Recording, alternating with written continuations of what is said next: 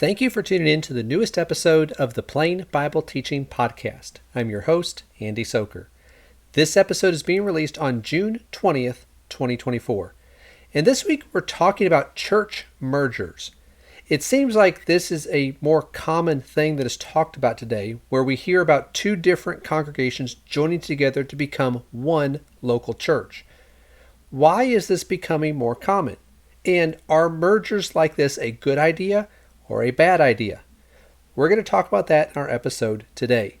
For links to the story we're talking about, as well as some other related materials, check out the show notes for this episode at plainbibleteaching.com/podcast/06/2024. Now for our discussion this week. Several months ago, I saw a story from the Christian Chronicle talking about a Church of Christ in the Oklahoma City area merging with a larger church. And we'll talk about that story in just a few minutes. But before we get to that, I want to talk about a couple of general points about this idea of church mergers. First, why do we have more talk about church mergers today? At least from my perspective, it seems like this is talked about a lot more than it used to be. And I think the simple reason for that is that many churches are in decline, at least numerically. People quit attending. Maybe they're no longer interested. Maybe they've fallen into sin. Could be they've moved to a larger town or gone to another church in the area. Maybe it's a sound church. Maybe it's not a sound church. So as the ones who are left continue to age, and young people, generally speaking, keep moving away or keep leaving to go to other churches, then the ones who are left to wonder, how are they going to keep going? How is this going to be sustainable to continue the Lord's work as they've done it in the past? So because of this decline, many churches have fewer resources and fewer members who are able to contribute to the work as they had before. So in many places, this is becoming almost a necessity. Now, obviously, not every congregation is in decline like this. Some churches are growing, and that's a great thing. However, some of these churches that are growing are doing so primarily at the expense of these churches that are in decline. In other words, it's not because they're going out and converting a lot of people. It's because churches that are in decline, their members are leaving and going to these larger churches. So that's what is causing growth in some of these cases, not in every case. But sometimes the growth of these larger churches is at the expense of some of these smaller churches that are in decline. So second, I want to talk about this. When might a merger be a good idea? Now let's be clear about what we mean by a merger. This does not mean that two separate congregations decide they're going to coordinate their efforts and jointly participate in some particular work, but continue to be two separate congregations. There is no example of this and no authority for that type of work in the New Testament. Instead, what we're talking about is two separate congregations deciding to become one congregation under one eldership made up of men that are among them, or in the absence of qualified men to serve as elders, under the leadership of the men in that place, where they are working and worshiping together as one congregation. That's what we're talking about. When might that be a good idea? Well, first, it may be a good idea if the brethren are of the same mind. Remember what Paul told the brethren in Corinth. Now I exhort you, brethren, by the name of our Lord Jesus Christ, that you all agree, and that there be no divisions among you, but that you be made complete in the same mind and in the same judgment. Paul wanted the brethren to be united, but in order to be united, they had to speak the same thing. Well, what if some brethren refused to abide by the teaching of Christ? Well, Paul wrote later in that same letter, for there must also be factions among you, so that those who are approved may become evident among you. When he wrote that, he was addressing the situation in Corinth in which the Lord's Supper had been corrupted and the church was divided between the haves and the have-nots. There needed to be a clear distinction or a division between those who were right before God and those who were not. That's why he said there needed to be factions among you, not in the way that they were dividing, but a distinction between who was right and who was not. But if brethren are of the same mind, then a merger could be good. Second, it may be a good idea if, by becoming one congregation, they can do the Lord's work more effectively. Remember the work that the Lord gave the church to do, the work of evangelism or spreading the gospel, edification, building up the members of the church, those who are already saved, and benevolence, helping those who are in need among that congregation. And we won't get into the passages that talk about these being the work of the local church. There will be links in the show notes that talk about that in more detail. But if two congregations are struggling to spread the gospel, to support those who preach the gospel, are struggling to maintain a location for their assemblies, and are not able to care for needy members that may be among them, then a merger, if they are in the same area, could be a good idea. Third, it may be a good idea if their merger reflects the Lord's prayer for unity. Remember what Jesus prayed before his crucifixion.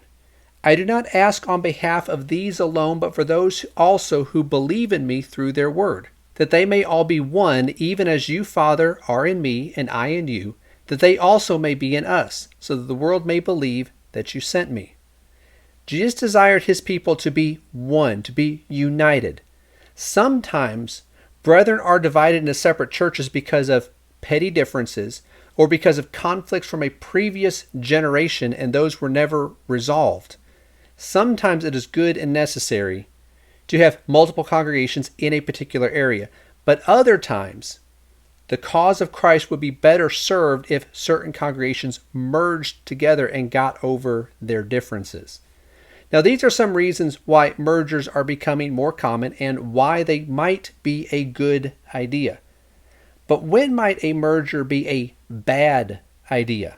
Well, for that, let's notice that story from the Christian Chronicle. It's dated back in September 6th of last year, 2023. But notice the story. Dwindling Church of Christ seeks new future as community church campus. The Mayfair Church of Christ, at one time a flagship congregation among churches of Christ in the Oklahoma City area, will become the fifth campus of Crossings Community Church, which has more than 9,000 members. In the 1980s, Mayfair had 800 to 900 members, but over the past year, the monthly average has been right at 100. The minister of the church described Mayfair as an aging congregation and largely a commuter congregation, with many older members who now live in more distant parts of the city. The neighborhood by the church is more diverse than it was in the 1950s. Now, earlier we talked about the reasons why mergers are becoming more common, and that's what we see with this congregation. You have an aging church, you have people who no longer live in the area, and the article went on to quote the minister of the Mayfair Church as saying the church's financial situation required something to be done. But the Mayfair Church of Christ did not merge with another Church of Christ. They merged with a community church, which differed in teaching and practice on some significant points. The community church, like many churches, practiced instrumental music. That was something that was not done by the Mayfair Church of Christ. The community church allowed women preachers and holding leadership roles, something that also was not done by that Mayfair Church of Christ previously. The community church also practiced baptisms quarterly rather than immediately, as we read about in the New Testament. When we talked about reasons why a church merger might be a good idea, one of those reasons was that the brethren were of the same mind. But what if they are not of the same mind? Can we just ignore those differences? And again, this is not about some petty difference or personality conflicts. This is about joining into fellowship with those who are not following the pattern that's given in the New Testament. Notice a few passages. 2 John verses 9 through 11 says, anyone who goes too far and does not abide in the teaching of Christ does not have God. The one who abides in the teaching, he has both the Father and the Son. If anyone comes to you and does not bring this teaching, do not receive him into your house and do not give him a greeting. For the one who gives him a greeting participates in his evil deeds. John explained there that those who go beyond the doctrine of Christ do not have fellowship with God. And if we join into fellowship with them, then we jeopardize our fellowship with God. Romans chapter 16 and verse 17, Paul said, "Now I urge you, brethren, keep your eye on those who cause dissensions and hindrances contrary to the teaching which you learned, and turn away from them." Paul said to turn away from those who are teaching what is contrary to what the apostles taught, not join into fellowship with them. And then Galatians 1 verses 6 through 9, Paul said, "I am amazed that you are so quickly deserting him who called you by the grace of Christ for a different gospel, which is really not another, only there are some who are disturbing you and want to distort the gospel of Christ. But even if we or an angel from heaven should preach to you a gospel contrary to what we have preached to you, he is to be accursed. As we have said before, so I say again now, if any man is preaching to you a gospel contrary to what you received, he is to be accursed." Paul explained that if someone is teaching a gospel that is different from what was taught by the apostles, they stand condemned. And if we follow that different gospel, then we have deserted Christ. Now, there are other passages that we can look at as well, but those will suffice to make the point. We might come up with a list of reasons why a merger between our church and another church might be a good idea.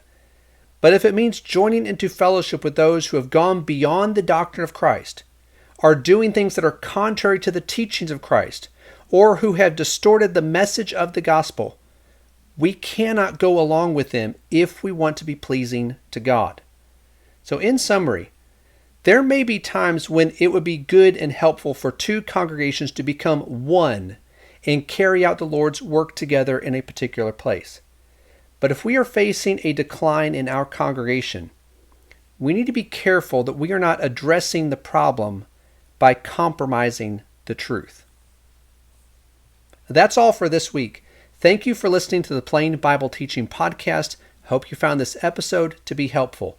For links to the story we talked about and some other related materials, visit the show notes for this episode at plainbibleteaching.com/podcast/062024. If you have a moment to rate and review the podcast or share it with others who would be interested, that is always appreciated. And if you're listening to this, remember that we also upload video versions of the podcast to the Plain Bible Teaching YouTube channel. So if you prefer to watch this on video, that option is there for you. And if you are watching this on YouTube, please like this video and subscribe to the channel so you can see the other videos we post here from time to time. And if you see a news story or have some topic that you think would make for a good discussion here, send that to me at andy@plainbibleteaching.com. Thanks again for listening, and I hope to talk to you again next week.